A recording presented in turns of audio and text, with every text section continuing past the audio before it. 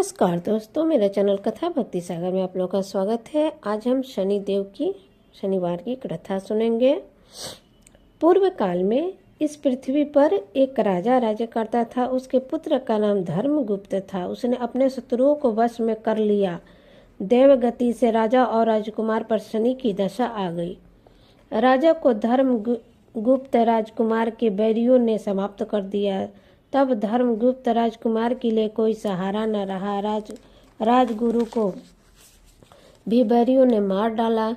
राजगुरु की विधवा ब्राह्मणी रह गई तथा उसका लड़का शुचिव्रत रह गया। ब्राह्मणी ने राजकुमार धर्मगुप्त को अपने साथ ले लिया और अपने पुत्र को साथ ले नगर को छोड़ दी। गरीब ब्राह्मणी दोनों कुमारों को बहुत कठिन से निर्वाह करती थी।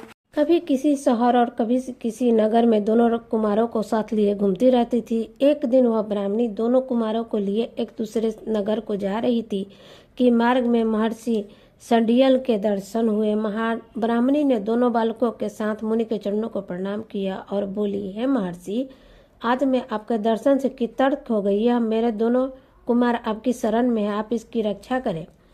मुनिवर, यह शुचिव्रत मेरा लड़का है और यह धर्मगुप्त राजपुत्र है और मेरा धर्मपुत्र है। हम सभी घोर दरिद्र में पड़े हुए हैं, आप हमारा उद्धार कीजिए। संडियल मुनि ने ब्राह्मणी की सब बातों को सुनी और बोली, हे देवी, तुम्हारे ऊपर शनिदेव का प्रकोप है, अतः आप शनिवार के दिन व्रत करें और भगवान शिव जी की आराधना किया करें और पीपल के वृक्ष का पूजन सूर्योदय से पूर्व करें, इससे तुम्हारा कल्याण होगा। ब्राह्मणी और दोनों कुमार मुनि को प्रणाम कर शिव मंदिर के लिए चल दिए। शनिवार के दिन दोनों कुमारों ने मुनि के आदेश के अनुसार शनि का व्रत किया और पीपल के वृक्ष की पूजा करके शिव जी का पूजन किया। दोनों कुमारों को इस प्रकार करते करते 4 मास व्यतीत हो गया। एक दिन शुचिव्रत स्नान करने के लिए गया था। उसके साथ राजकुमार नहीं था। कीचड़ में उसे बहुत बड़ा कलश दिखाई दिया। शुचिव्रत ने उसको उठाया और देखा तो उसमें धन था। शुचिव्रत उस कलश को लेकर घर आया और माँ से बोला, हे माँ, इस शिव जी के प्रसाद को देख, भोले शंकर के कलश के रूप में हमें धन मिला है।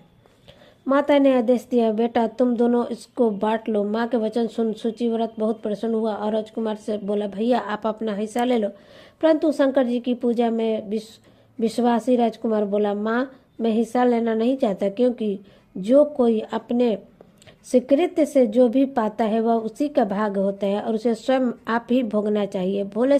भोलेश्वर शिव जी की मुझ पर भी कभी कृपा होगी। धर्मगुप्त प्रेम और भक्ति के साथ शनि का व्रत करने पूजा करने लगा। इस प्रकार से 1 वर्ष और व्यतीत हो गया। बसंत ऋतु का आगमन हुआ। राजकुमार धर्मगुप्त तथा ब्राह्मण पुत्र शुचिव्रत दोनों वन में घूमने के लिए गए। दोनों वन में घूमते घूमते काफी दूर निकल गए। उनके अनेक गंधर्व कन्याएं खेलती हुई मिली। ब्राह्मण कुमार बोला, हे भैया, पवित्र पुरुष स्त्रियों के बीच नहीं रहते। यह मनुष्य को शीघ्र ही मोह लेती है। विशेष रूप से ब्रह्मचारिणी के लिए स्त्रियों से भाषण करना और मिलना नहीं चाहिए। परंतु गंधर्व कन्याओं को खेल को देखने की इच्छा रखने वाला राजकुमार खेल देखने के लिए उनके खेल के स्थान पर अकेला चला गया। ब्राह्मण कुमार नहीं गया। उन गंधर्व कन्याओं के बीच एक प्रधान सुंदरी उस राजकुमार को देखकर मोहित हो गई और अपने संगी सखियों से बोली कि यहाँ से थोड़ी दूर पर एक सुंदर युवक है, उसमें नाना प्रकार के जो सुंदर फूल खिले हैं। तुम सब जाकर उन सुंदर फूलों को तोड़ के ले आओ, तब तक मैं यहाँ बैठती हूँ। सखियाँ आज्ञा पाकर सभी चली गई। वह सुंदर गंधर्व कन्या राजकुमार पर दृष्टि जमाए बैठी रही। राजकुमार उसके पास चला गया। राजकुमार को देखकर गंधर्व कन्या उठी और बैठने के लिए पल्लों का आसन दिया। राजकुमार आसन पर बैठ गए। गंधर्व कन्या ने पूछा, आप कौन है, किस देश के रहने वाले तथा आपका आगमन कैसे हुआ? राजकुमार ने कहा, मैं विदर्भ देश के राजा का पुत्र हूँ, धर्मगुप्त मेरा नाम है। मेरा माता पिता स्वर्गलोक सिधार गए। बैरियों ने मेरा राज ले लिया और मैं राजगुरु की पत्नी के साथ रहता हूँ, वही मेरी धर्म की माँ है। फिर राजकुमार ने पूछा कि आप कौन है तथा किसकी पुत्री है और किस कार्य से यहाँ पर आगमन हुआ है? गंधर्व कन्या बोली, विद्रविक नाम के गंधर्व की मैं पुत्री हूँ, मेरा नाम अंशुमती है। आपको आता देखकर आपसे बात करने की इच्छा हुई, इसलिए मैं अपने सखियों को अलग भेजकर अकेली रह गई हूँ। मेरे बराबर संगीत विद्या में कोई निपुण नहीं है। भगवान शंकर ने हम दोनों को कृपा की है, इसलिए आपको यहाँ भेजा है। अब से लेकर आपका प्रेम कभी न टूटे। कन्या ने अपने गले का मोतियों का हार राजकुमार के गले में डाल दिया। राजकुमार को अत्यंत प्रसन्नता हुई और बोला, मेरे पास न राजा न धन, आप मेरी भार्या कैसे बनेंगी? आपके पिता अपने आपको आज्ञा ली। गंधर्व कन्या बोली, अब अपने घर जाओ और परसों प्रातः काल यहाँ आए, आपकी आवश्यकता होगी।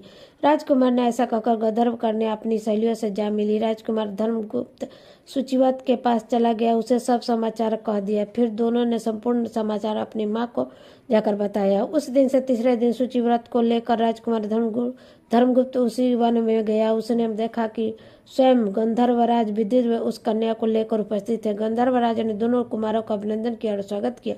दोनों को सुंदर आसन पर बैठाकर राजकुमार से कहा, राजकुमार, मैं परसों कैलाश गौरी शंकर के दर्शन गया था। वहाँ करुणा रूप सुधा के सागर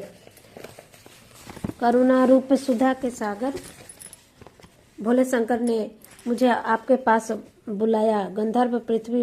गंधर्वराज पृथ्वी पर धर्मगुप्त नामक भ्रष्ट राजकुमार है। उसके परिवार के लोगों को बैरियों ने समाप्त कर दिया है।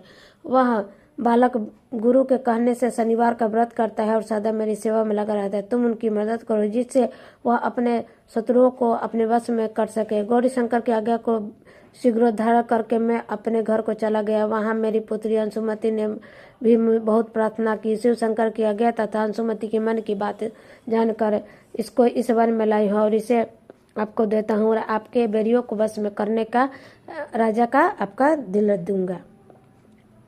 ऐसा कहकर गंधर्वराज ने अपनी कन्या का विवाह राजकुमार के साथ कर दिया तथा अंशुमति की सहेली की शादी ब्राह्मण कुमार सूचीव्रत के साथ कर दिया। राजकुमार की सहायता के लिए गंधर्वों की चतुरंगनी सेना दी। धर्मगुप्त के बैरियों ने जब यह समाचार सुना तो उन्होंने राजकुमार की अधीनता स्वीकार कर लिया और राजकुमार को स्वयं लौटा दिया। धर्मगुप्त सिंहासन पर बैठा और अपने भाई सूचीव्रत को मंत्री नियुक्त किया। जिस ब्राह्मणी ने उसे पुत्र की भांति पाला उसे राजमाता बनाया।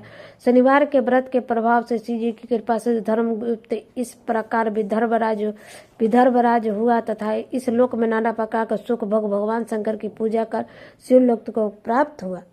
तो ये थी शनिवार व्रत की कथा। जय हो शनिदेव महाराज की।